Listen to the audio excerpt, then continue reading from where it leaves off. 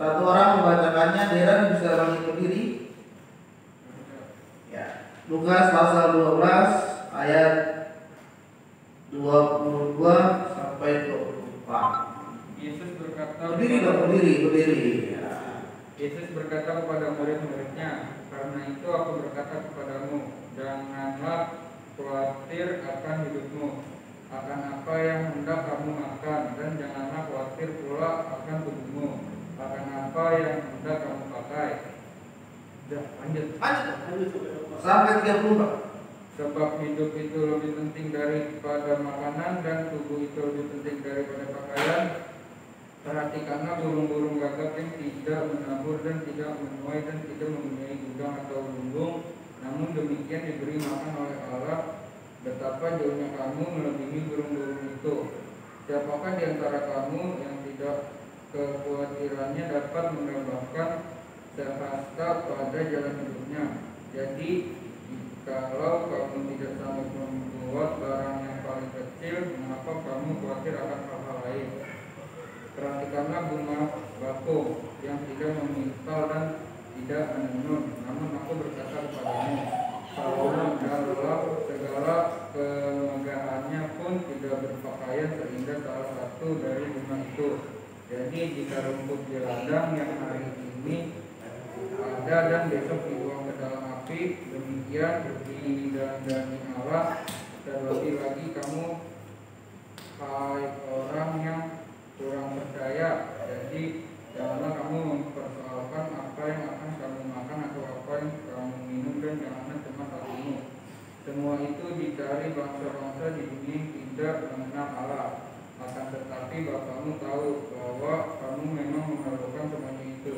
Tetapi carilah kerajaannya, maka semuanya itu akan ditambahkan juga kepadamu. Janganlah takut, hai kamu kawanan kecil, karena Bapamu telah berkenan memberi kamu kerajaan itu. Jualah segala milikmu dan berikanlah sedekah. Buatlah bagimu pundi-pundi yang tidak dapat menjadi buah, suatu harta di surga yang tidak akan habis, yang tidak akan didekati pencuri, dan yang tidak dirusakkan mengat. Karena di mana hartamu berada, di situ juga hatimu berada. Oke, terima kasih. Ya. Teman-teman, hari ini firman Tuhan yang saya ingin bagikan adalah temanya adalah apa yang membuat kamu khawatir. Siapa di sini yang mengalami kekhawatiran? Andre, apa yang sedang kamu khawatirkan sekarang? Nggak ada. Ini luar biasa. Satu, apa yang sedang satu khawatirkan sekarang? Ujian akhir semester ya. Saudara Jondri, yang sedang dikhawatirkan sekarang itu apa? Pasangan? Jodoh? Hama? Apa? Oh, enggak ada. Puji Tuhan. Dera. Apa yang sedang dikhawatirin? Apa? Masa enggak? Kemarin bilangnya ada. Warung kasih.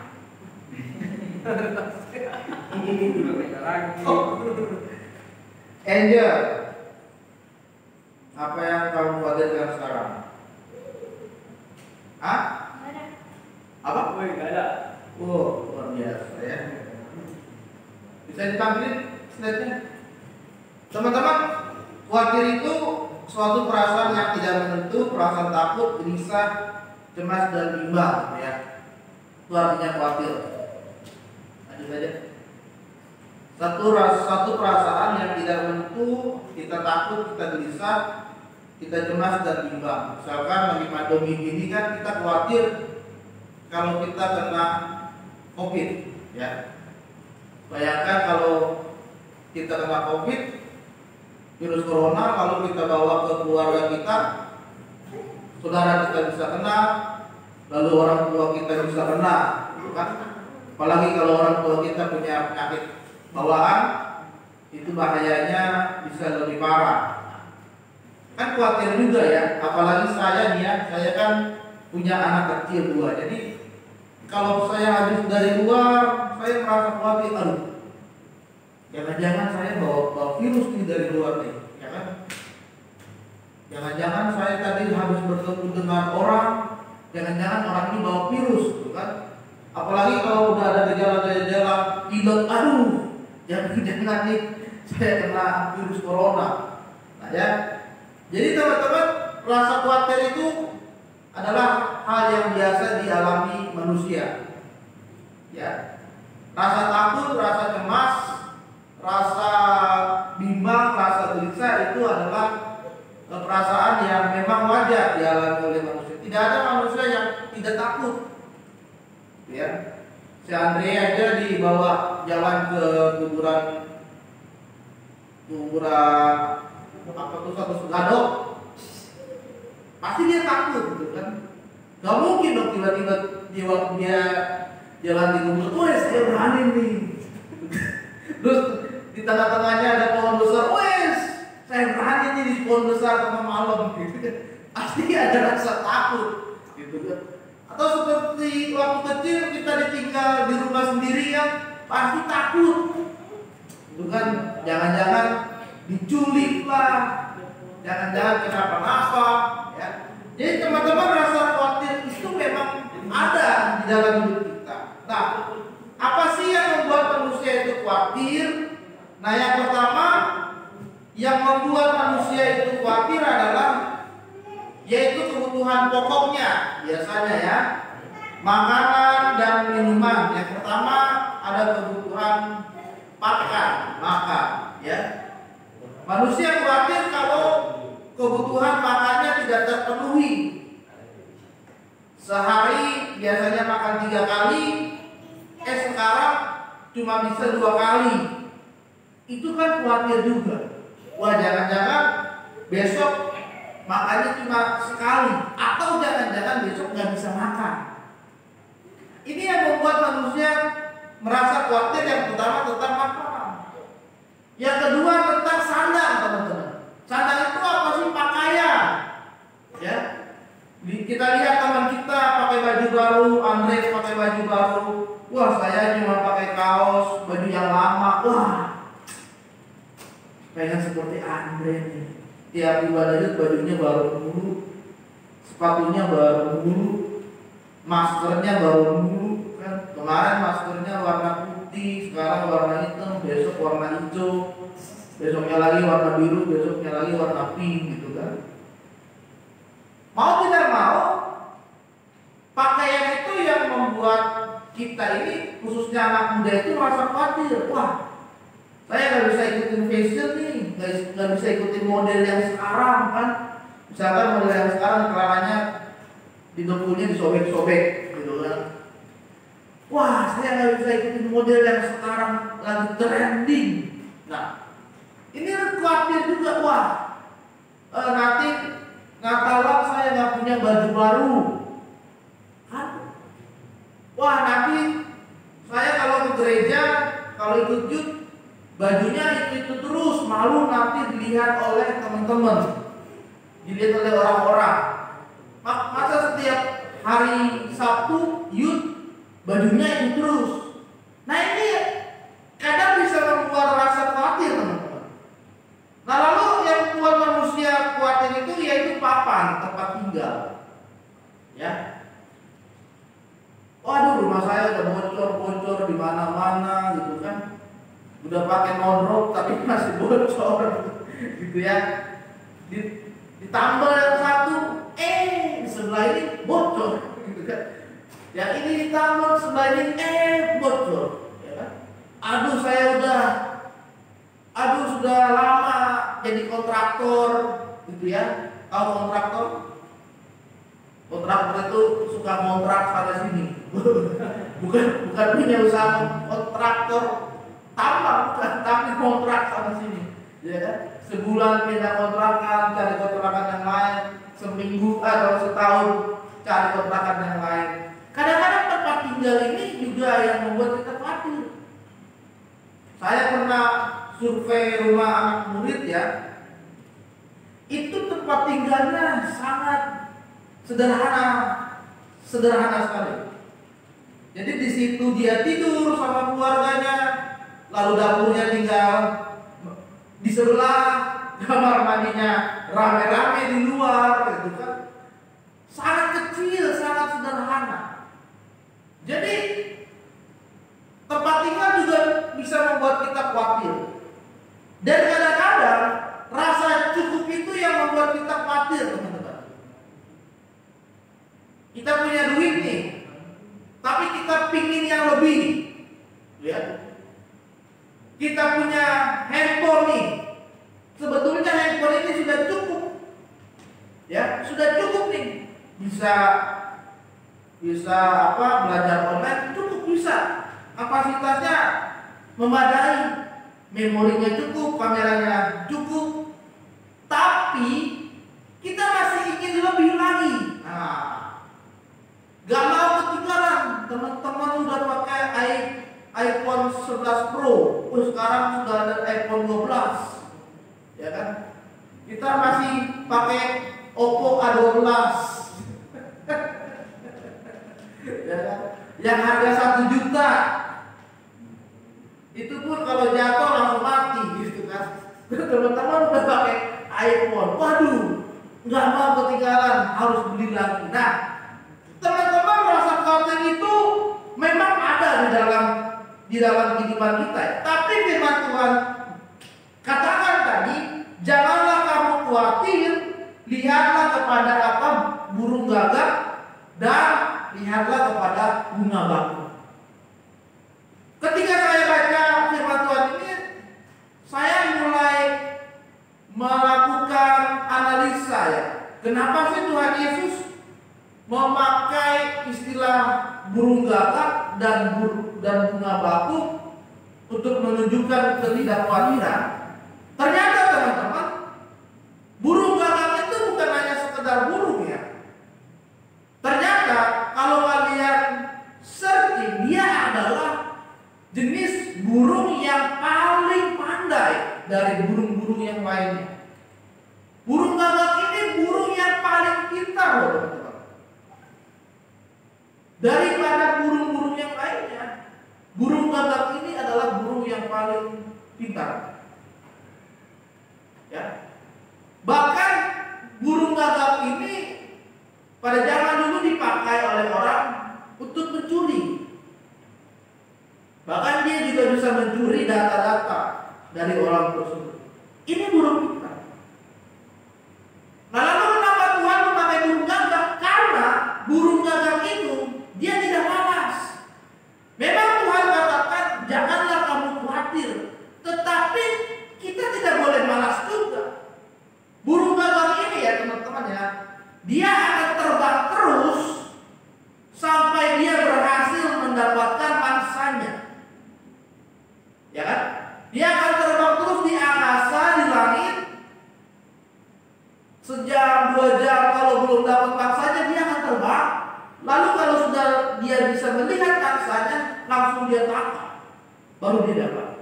Dia tidak malas. Dia tidak hinggap di pohon lalu menangkap mangsa, tidak, tapi dia terbang. Lalu yang kedua, kenapa Tuhan memakai istilah bunga bakung? Karena teman-teman, bunga bakung ini dia adalah bunga yang tumbuhnya di daerah yang curam. Bunga ini tumbuh di daerah tebing, di daerah pegunungan. Bayangkan, bunga yang tumbuh di daerah pegunungan, dia berarti tanahnya miring, ya kan? Nah, ketika dia berada di tanah yang miring, maka mau tidak mau dia harus mempunyai akar yang kuat. Akarnya ini akan mencari air untuk asupan makanan dari bunga itu. Ya. Jadi bunga bakung ini bukan hanya sekedar menunggu hujan datang, tidak, tetapi akarnya itu juga kuat dan akarnya itu mencari mata air yang menjadi makanan dari bunga itu. Dan bunga bakung adalah bunga yang paling indah. Nah, jadi teman-teman,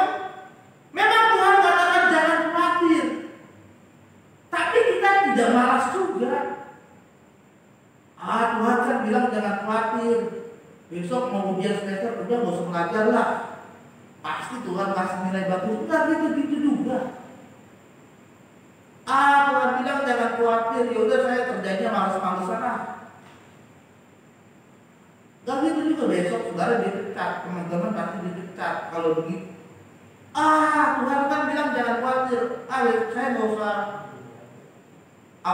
sekolah online, saya nggak usah absen lah, bangunnya siang aja, gitu kan? Ya udah nggak usah kerja tugas ya, derennya pasti naik kelas lah. Tuhan bilang jangan khawatir, jangan takut. Enggak gitu juga. Belajar dari burung gagak dan bunga bakung. Jangan malas, teman-teman. Yang pertama, jangan malas, harus giat, harus gigih, ya. Karena rasa khawatir orang bisa yang pertama tidak percaya pada orang lain.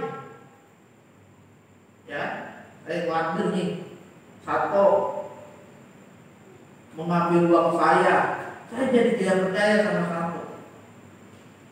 Wah, saya khawatir nih nanti si Andre bakal ngotak-atik Facebook saya, ya kan? Wah, saya jadi tidak percaya sama Andre. Ya kan? Wah, saya khawatir nih nanti Angel mukulin anak saya. Wah, saya tidak percaya lagi sama Angel. Itu kan? Karena khawatir membuat kita tidak percaya kepada orang lain. Karena khawatir ya, itu membuat kita tidak percaya pada diri sendiri. Aduh, besok mau ujian nih, wah bisa nggak ya? Aduh, gimana ya? Padahal kita udah belajar, kita sudah baca pelajarannya, kita sudah baca materinya, tapi kita masih khawatir, kita masih takut nih. Besok bisa nggak ya? Aduh, gimana ya? Wah, dia jadinya tidak punya rasa percaya diri. Padahal dia sudah mempersiapkan semuanya dengan baik. Karena khawatir membuat kita tidak percaya kepada Tuhan. Kita punya rasa takut yang sangat besar sampai kita berkata, Tuhan, kayaknya Tuhan nggak tolong saya nih.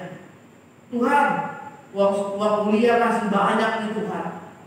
Gimana ya caranya? Saya udah berdoa nih Tuhan, tapi kok Tuhan nggak tolong. Tuhan gimana sih? Ya kan?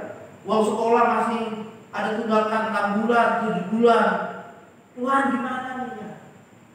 Gaji dipotong gitu kan? Tuhan bagaimana nih ya? Kadang-kadang itu yang membuat teman-teman, membuat kita tidak percaya kepada Tuhan. Mengatasi rasa khawatir, bagaimana caranya? Di Matius Mazmur 55 ayat 23 mengatakan, serahkanlah, berikanlah, taruhkanlah khawatirmu kepada Tuhan. Kita harus percaya kepada Tuhan dan selalu bersyukur dengan berkat yang telah Dia berikan dalam hidup kita. Serahkanlah, berikanlah, taruhkanlah.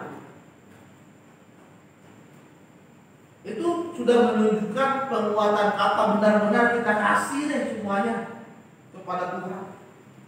Serahkan, beri, taruhlah. Ya. Apa yang menjadi khawatir kita saat ini teman-teman? Serahkanlah semuanya kepada Tuhan.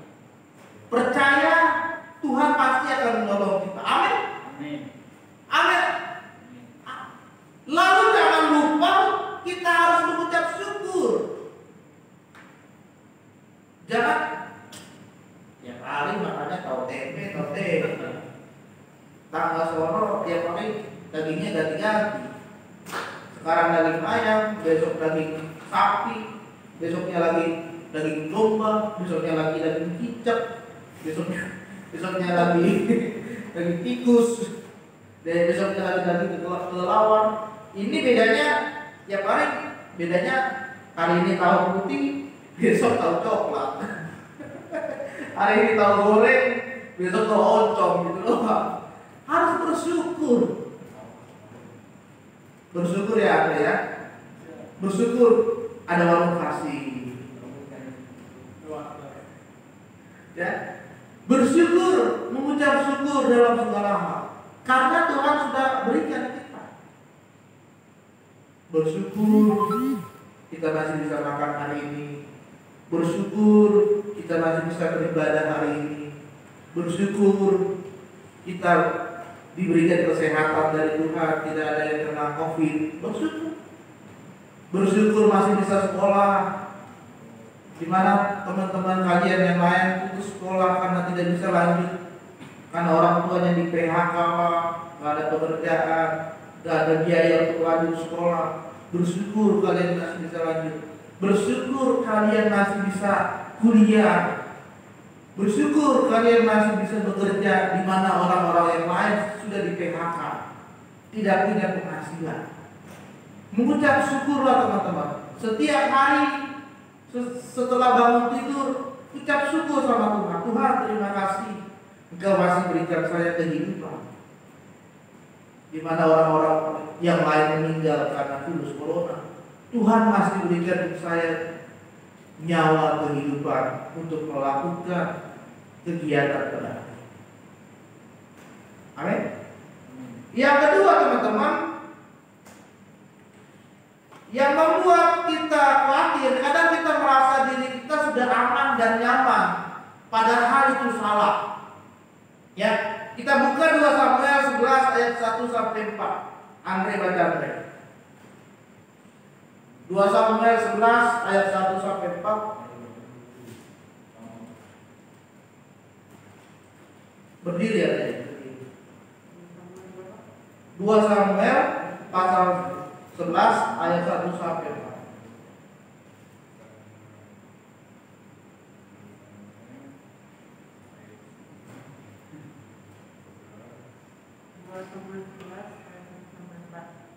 Pada pergantian tahun, pada waktu raja-raja biasanya maju berperang, maka Daud menyuruh maju berserta orang-orangnya dan seluruh orang Israel.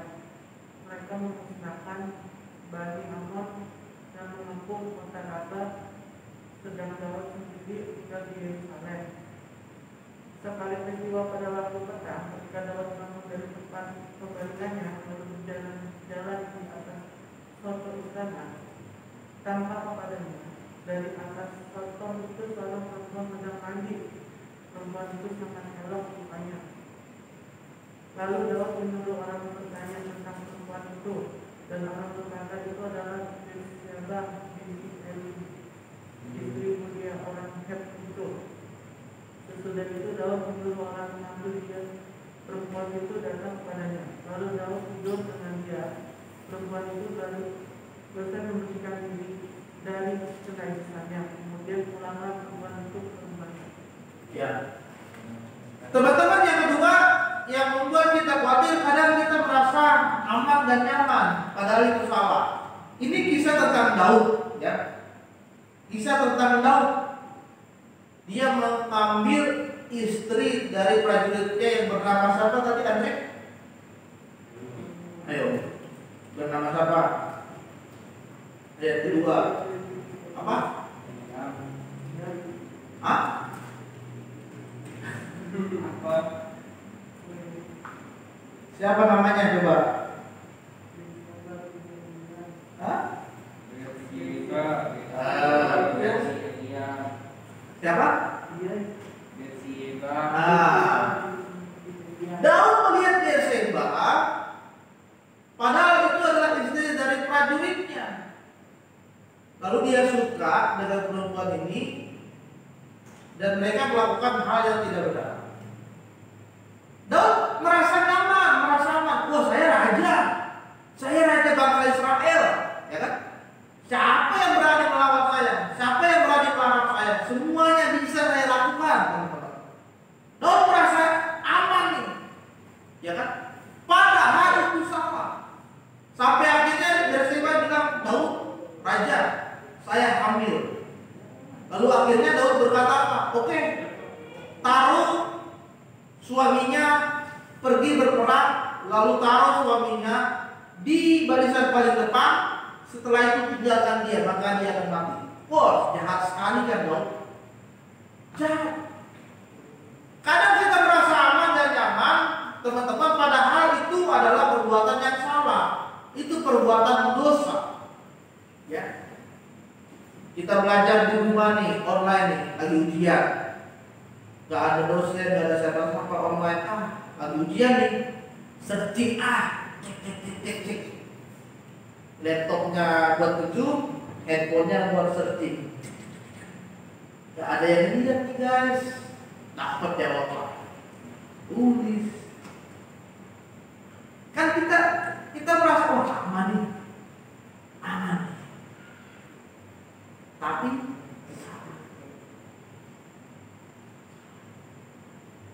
firman Tuhan katakan mata Tuhan ada di segala tempat. Tuhan melihat yang baik dan Tuhan juga melihat yang jahat. Semuanya diperhatikan oleh Tuhan loh teman-teman. Kalian main game waktu khotbah, kalian gak pernah ikut ibadah youth, kalian gak pernah berdoa, gitu kan? Kalian yang merokok, kalian yang bolos, kalian yang main judi, kalian pacarannya tidak benar, pergaulan kalian tidak benar, itu diperhatikan Tuhan loh. Ya, Tuhan melihat itu. Coba kalian bayangkan betapa sedihnya hati Tuhan ketika Tuhan melihat misalkan ya Darren lagi mencontek ujian, padahal nggak ada orang nih, tapi Tuhan lihat. Coba, kira-kira Tuhan sedih nggak? Andre di rumah belajar online, bangunnya siang dulu, tugasnya nggak pernah dikerjain, ya kan? Tuhan sedih nggak sih?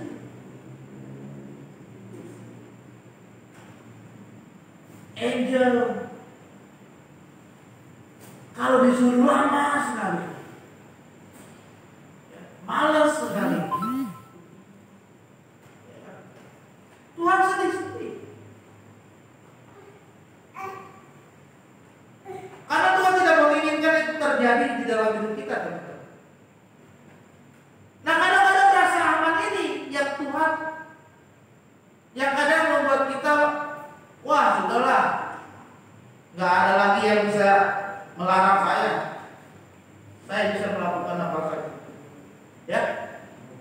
Jadi bagaimana caranya? Sudah dijelaskan tadi di Lukas 12, teman-teman perhatikan baik-baik bahwa di ayat yang ke 31, tetapi carilah dahulu kerajaan Allah, kerajaannya, maka semuanya itu ditambahkan juga kepada. Ayat 31 bilang cari dulu Tuhan, semuanya ditambahkan. Kalian mau minta kepintaran, kalian mau minta kesuksesan, kalian mau minta pendidikan yang tinggi, yang pertama cari Tuhan dulu. Semuanya nanti Tuhan kasih kok.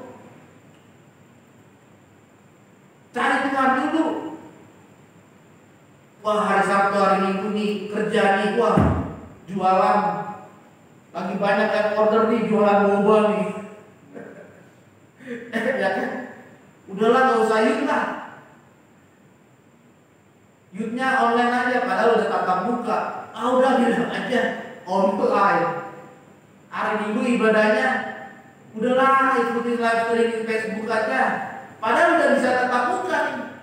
Udahlah live streaming aja. Lagi rame nih jualannya. Firman Tuhan bilang cari dahulu kerajaan Allah, teman-teman. Ya. Wah, malam Minggu nih, Darren nongkrong dulu ah. Yang penting apa? Teman-teman senang. Padahal malam Minggu kan dia ikut youth, tapi dia nongkrong ke CRI, naik motor bonceng 3, nggak pakai helm, trek-trekan, balapan liar, pulangnya jam 1 pagi, jam 2 pagi, gitu kan? Udah mabok, merokok, waduh, tapi itu bukan, itu yang lain itu, sini mah enggak, sini mah baik dia mah baik di sini, ya. Jadi teman-teman, yang kedua adalah supaya kita tidak merasa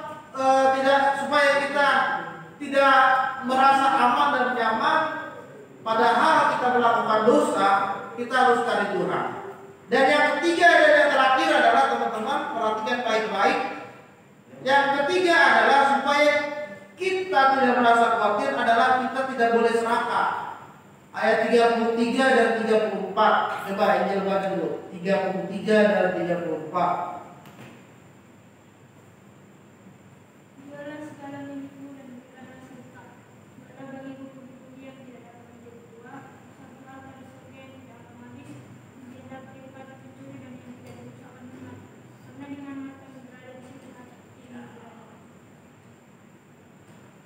Di mana hartamu berada, di situ hatimu berada. Coba misalkan ini nih ya, contoh ya. Mau ibadah yuk nih. Ya, Andre ya. Dia mau ibadah yuk nih. Udah mau berangkat nih ke gereja nih. Handphonenya hilang. Atau di mana lagi? Abang tanya nih ke Andre, apa yang kamu lakukan? Cari handphone sampai ketemu atau tinggalin handphone ke gereja ikut ibadah yuk? Tinggal. Oh ya. Iya tinggal aja. Hah? Yang benar. Iya benar. Andre, saya tanya Andre, gimana? Jujur loh, kamu boleh bohong, ini kita lagi ibadah. Kira-kira gimana Andre? Hah? Nih, kamu mau ibadah yuk nih. Tiba-tiba handphone tuh nggak tahu kemana nih. Yang kamu lakukan apa? Cari handphone dulu sampai ketemu. Oh udah, biarin dia datang ke papa deh, jutnya nggak usah. Yang penting handphone ketemu. Atau datang ibadah yuk, handphonenya tinggal aja. Gimana Andre? Jujur dong. Hah? Deran, gimana? Hah? Jadi pergi ke gereja? Oh yes, mantap. Gitu dong. Satu gimana satu? Misalkan kamu mau ibadah yuk, handphonemu hilang. Cari dulu atau langsung berangkat ke gereja? Kalau hilang mah ya gimana lagi ya? Enggak saat itu. Kan belum tahu hilang atau kececer atau di mana, pokoknya nggak ada aja. Hilang. Hah? Berangkat. Wah, benar nih. Iya. Luar biasa. Ya. Nah, teman-teman, keserakahan adalah suatu kemauan atau kehendak yang dimiliki lebih dari yang dimiliki. Serakah itu adalah rakus, tamak, loba, walaupun sudah kaya. Ya. Rakus, tamak, loba, bahasa lainnya dari serakah. Kita punya makanan dua, kita habisin dua-duanya, padahal teman kita yang sebelah belum makan. Itu rakus. Ya. Orang yang tamak lebih parah lagi. Orang yang tamak itu adalah orang yang sering menunjukkan kemampuannya atau keadaannya, ya kan? Wes guys, saya baru beli motor baru nih guys. Guys, saya baru beli handphone baru nih guys, ya kan? Guys, saya baru beli mobil baru nih guys. Tapi dia tidak pernah memberikan sumbangan. Orang yang pelit, ya. Orang yang tidak mau memberikan berkat, orang yang tidak mau menunjukkan kasih, padahal dia termasuk orang yang ada. Itu orang yang tamak. Ya. Yang ada di pikirannya adalah cari uang. Wah, bang, kalau pelayanan di Kroya PK-nya berapa bang? Wah, cari uang. Di pikirannya itu ada uang. Bang, saya kalau sapu gereja dikasih berapa bang? Pikirannya adalah uang. uang terus. Bang, kalau saya jadi pelayan di GBI Sakakala Doya dapat transport gak bang? Wah, yang dipikirkan adalah cari uang. Serakah. Nah teman-teman, Mahatma Gandhi pernah berkata dunia ini lebih dari cukup untuk semua orang. Tetapi dunia ini tidak akan cukup bagi orang yang serakah. Ya. Dunia ini sebetulnya lebih dari cukup bagi semua orang. Tapi untuk orang yang serakah, dunia ini tidak cukup untuk dia. Jangan serakah jadi orang. Ya. Kita ubah karakter kita yang tadinya kita serakah, yang tadinya kita tamak, yang tadinya kita pelit. Kita menjadi orang yang peduli. Kita menjadi orang yang mengasihi orang lain. Ketika ada orang yang misalkan kecelakaan, kita tolong. Jangan ketika kecelakaan kamu ambil handphone, kamu foto, terus kamu upload di Instagram. Guys, kecelakaan dia di dekat bulan 20. Halo live Facebook. Guys, ada kecelakaan guys. Yuk itu orangnya guys, udah jatuh guys. Bukan di sini tolong, malah live. Udah gitu, oke guys, kita buka chatnya ya guys. Pak namanya siapa Pak? Ada yang nanya lupa. Ya. Jadi teman-teman, yang ketiga jangan serakah. Ada kisah tentang perempuan janda yang dia berikan persembahan cuma 2 peser. Tapi Yesus berkata, ini adalah persembahan yang terbaik daripada persembahan orang kaya yang baru kasih 10. Kenapa? Karena orang kaya itu hanya kasih setengah atau beberapa dari hartanya. Tetapi orang janda ini, dia miskin, dia kasih semua yang dia miliki saat itu. Dia cuma punya 2 peser, dia ambil semua dan uangnya cuma tinggal segitu. Dia kasih persembahan kepada Allah. Yesus berkata persembahan janda ini adalah persembahan yang paling mulia. Dia nggak serakah. Dia susah. Dia miskin. Tapi ya, dia masih bisa berbagi. Dia masih bisa jadi berkat buat orang. Jangan tunggu kalian jadi orang kaya dulu teman-teman baru bisa memberkati orang. Jangan tunggu kalian jadi orang kuat dulu baru bisa tolong orang. Jangan tunggu kalian jadi orang hebat dulu baru bisa bantu orang. Ketika orang butuh pertolongan, kita ada di sini. Amin. Ketika orang sedang butuh bantuan, kita ada di sana. Itulah namanya kasih. Ya. Jadi teman-teman, firman Tuhan bilang jangan khawatir, burung gagak, burung bakung Tuhan pelihara, tapi mereka tidak malas. Tadi yang pertamanya, mereka tidak malas, tetap bekerja keras dan berusaha. Ya.